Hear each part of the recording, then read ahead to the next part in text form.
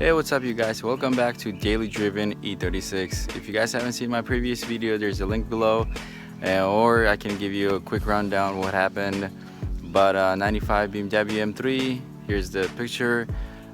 Did the full rebuild, the engine rebuild, and drove for 3 days, and this is what happened after the rebuild. This is the car that hit my car, ran a red light. Well, the guy ran a red light and totaled my car. Really sad, but I did keep the car. It did get totaled, wasn't drivable and all that. I mean, obviously you can see in the picture, but I did keep the car. I couldn't get rid of it, couldn't give it to an insurance company, and I was going to rebuild it, fix it back up and all that, but after I did, the pricing and everything, it was a little too much to actually fix that. So instead I went back online and started searching for 95 BMW M3s in hopes that I can find a clean one that needs engine work or tranny or interior stuff like that for decent price, but they're not that easy to find. It's either they're overpriced or they're beat up and all that. So after a year of searching, I said, well, let me look for 95 E36. I don't care if it's a 318, 325. So another year went by and I actually bought this car right there. So here we go. Finally, after 2 years of searching, I got this beautiful 1995 325 IS. It's actually, I mean, I bought it from second owner, but he only had this car for 6 months.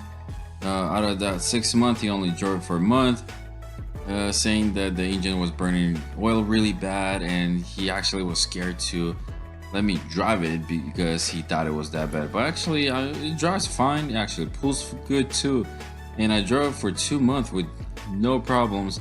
You can kind of see right here, it has a couple dents, which is not that bad. I mean, it's 95, really clean body and everything, minor scratches here and there. And the interior, you can kind of see right there on the bottom of the seat, stitchings are coming apart. The back seats are really clean.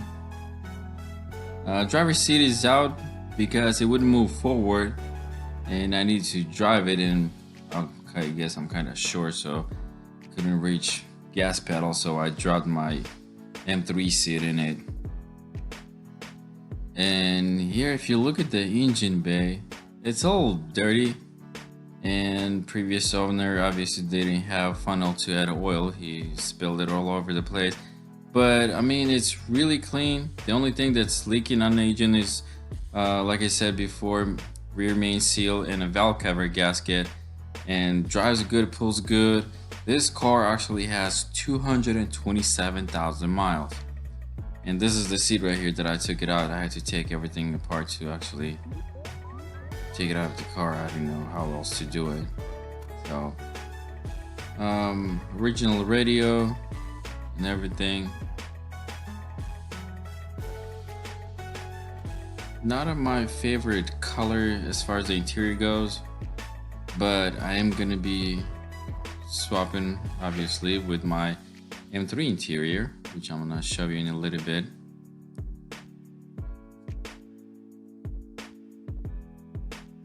So, and here's my M3. Sad to see it in this condition. You can see the frame rails or whatever they call it right there are all crooked and stuff. BMW M Power. It only has 70 miles at this point because we didn't really drive much after the rebuild, fully rebuilt engine. It's all dusty and all that because it's been sitting here for a few years now, 2.5+ years probably. And had the hood on. I just took it off so you guys can see what's going on under the hood. I did wash it a couple times because I really felt bad for the car for sitting out here. And I mean, the reason why it's been sitting because I couldn't find a clean car to do the swap. And this is the interior. Obviously the seat is out and sitting in the other car, and a bit messy in the back. That's the door panel right there from a passenger door. I don't remember why I took it out, but it's off. So yeah, took me a little over 2 years to finally find my donor car that I'll be swapping over, and it's really sad to actually take this car apart and all that. But at this point, if I was to rebuild all this front end, it would really cost me way too much. Might as well just go out and I guess buy another M3. So yeah, I only paid $1,000 for the other car. So it was a clean car, wasn't modified, you can see, which was perfect for my build. And at first I said, you know what, I'm gonna keep it all stock from the outside, maybe lower it a little bit, keep the same rims and everything, to do the engine swap and make it a sleeper. But I don't know if you have one or you know somebody that has a sleeper. Thumbs up to you or whoever that you know, because for me it wasn't that easy to keep this stock look from outside. So first what I did is I lowered it. I don't know if I have a picture of the suspensions that I use, but it's a fully adjustable BC coilovers, and I swapped the rims. These are the black rims are from my previous M3, which still looked okay, but previous owner painted them with probably spray can or something. It didn't come out good. It was peeling and all that weird stuff. So I went ahead and I bought these rims right here. So if you know, these are 5 Series BBS. These are 17s 2-piece, and they're a bit different offset, so they stick out a little more than what you would get on a regular E36. So it was either for me to get skinnier tires or widen the arches, which of course I widened the arches. First what I did is, you can see, I watched few videos, people doing that at home or shops, whatever. They cut up fenders and they bubble them up, this and that. So I tried to do that. It didn't really work out for me. I drove like that for a couple of months actually, and then I decided to get these fender flares.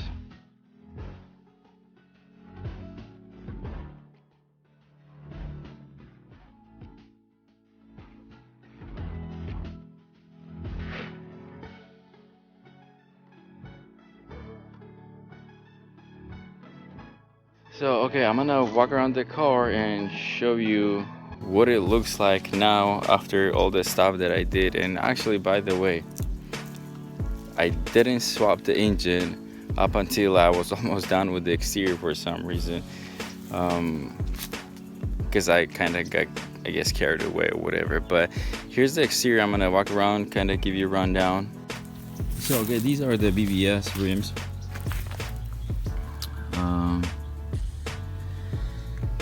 Since I'm gonna be talking about the rims first, let's talk about the arches as well. The rear ones,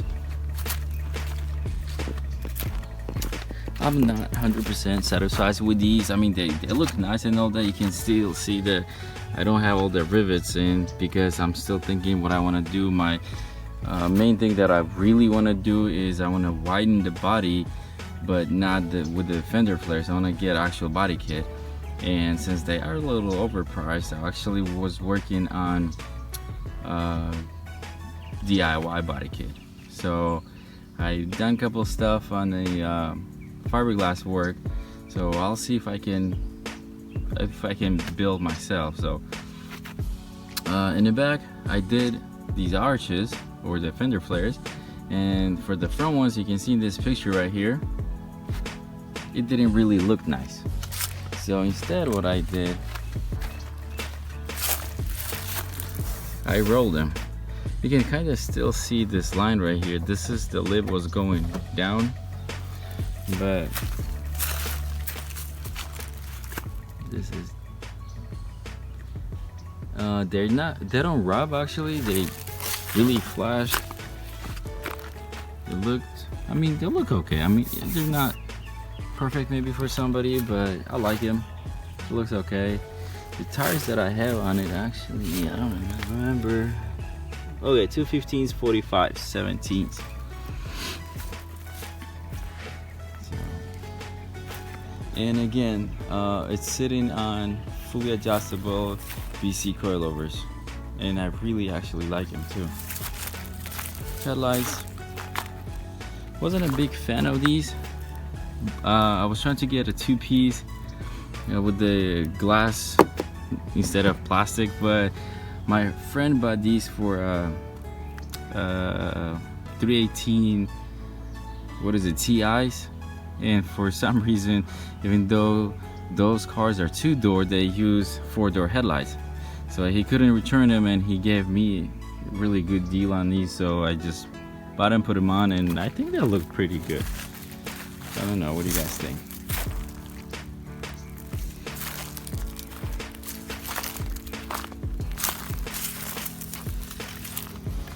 Mirrors, M3 mirrors. I did fiberglass or carbon fiber wrap on it. It didn't come out actually pretty like good the way I wanted to, or the way I expected it would, but it was actually good practice. So now I kind of know what to do and how to do, what kind of epoxy glue that I need for it, or resin. And then sunroof delete. The reason why I did the sunroof delete is I actually never use sunroof. I never open it, never, and that's extra weight that just you carry it for no reason. So I said, you know what, just let me get rid of it. And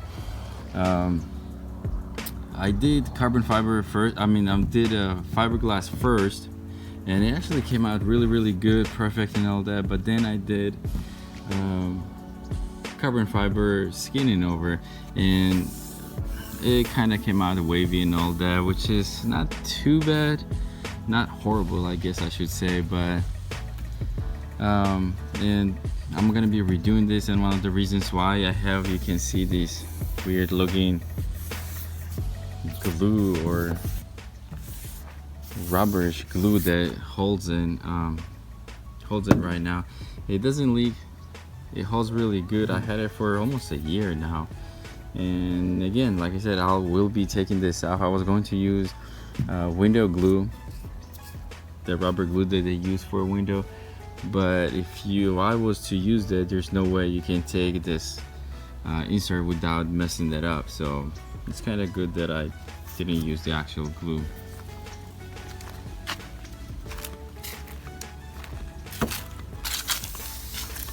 Little trunk spoiler. Wasn't a big fan of the spoilers, but after I seen these, I don't know, what do you want to call it, duck bill or trunk lip or whatever, I kind of liked it, and I decided to make my own. First, what I did is I tried to do with the foam. Actually came out pretty good. I never done this, just an FYI, never done this before, and I wasn't even expecting to come out this good. But you can see in the pictures, I did foam first, cut it up, all that stuff, and as soon as I spray painted, it actually started to deflating and all came out really bad and all that. So this is my second try. What I did is I put a rod from here all over on either side and kind of starting to get a fiberglass mats and all that stuff. Use the glue and start to shape it up. Rear diffuser, I made it myself. Had extra aluminum sheet metal or sheet aluminum or whatever you want to call it. Started cutting it up, and actually came out pretty okay, I think.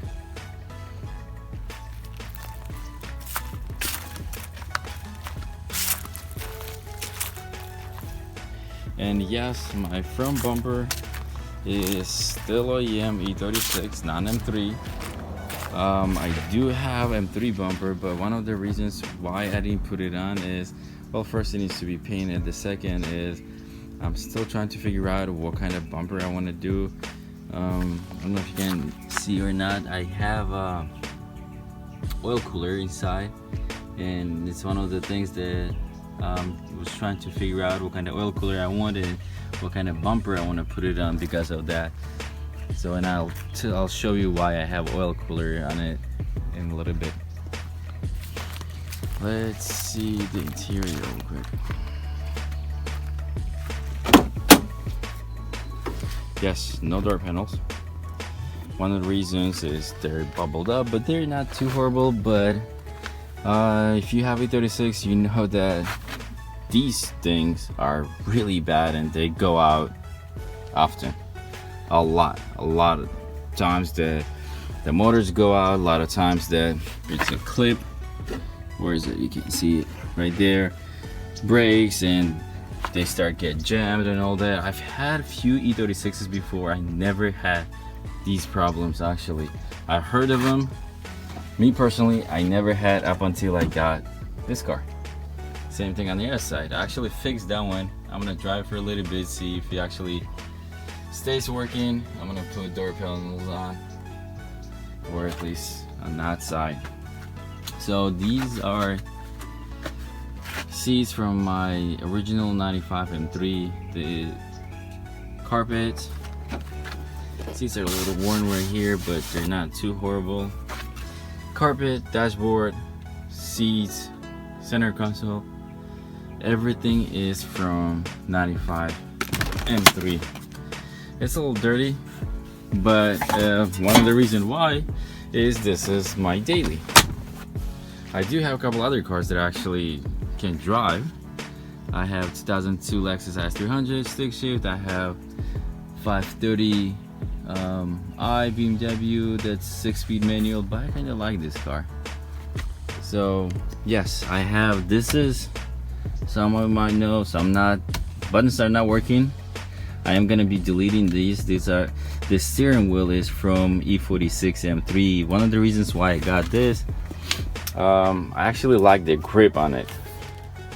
Really nice, and it looks, I think, pretty good. I don't know what you guys think. Shift knob. I'm gonna be doing a review on the shift knob. This is an eBay shift knob, and if you, yes, you can see this is 6-speed.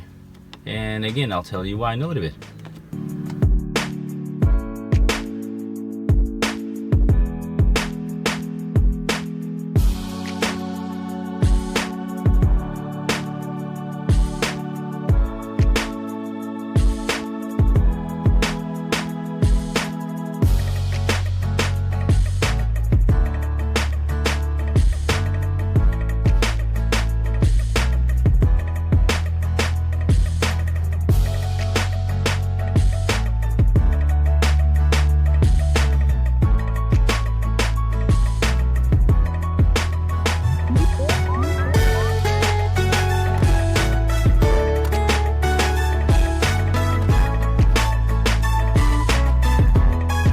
Okay, I wasn't going to do under the hood today, and one of the reasons is I don't have SVT engine in it no more, because if you guys watched my first video when I talked about rebuilding the engine and all that on original 95 M3, I kept it all in original specs, OEM specs. I didn't stroke it, I didn't do anything because I wasn't going to supercharge it or anything like that. And I mentioned in that video that this engine makes 240 horses, which is pretty good and enough for the car. But after a year of driving, I was like, nah, I need a little more. So I decided to do another swap. So, oops, I sat on the hood and I closed it, so let me open it.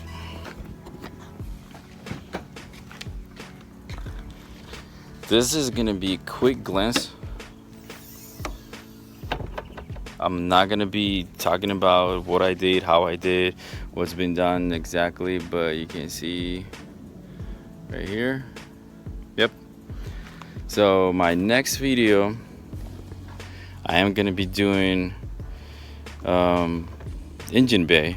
It's gonna be all about the engine bay, and yes, it's S54 from E36 M3, and I'll talk about what it took me to do the swap, where I got the engine, stuff like that, how it runs, is it worth it, at least for me or not.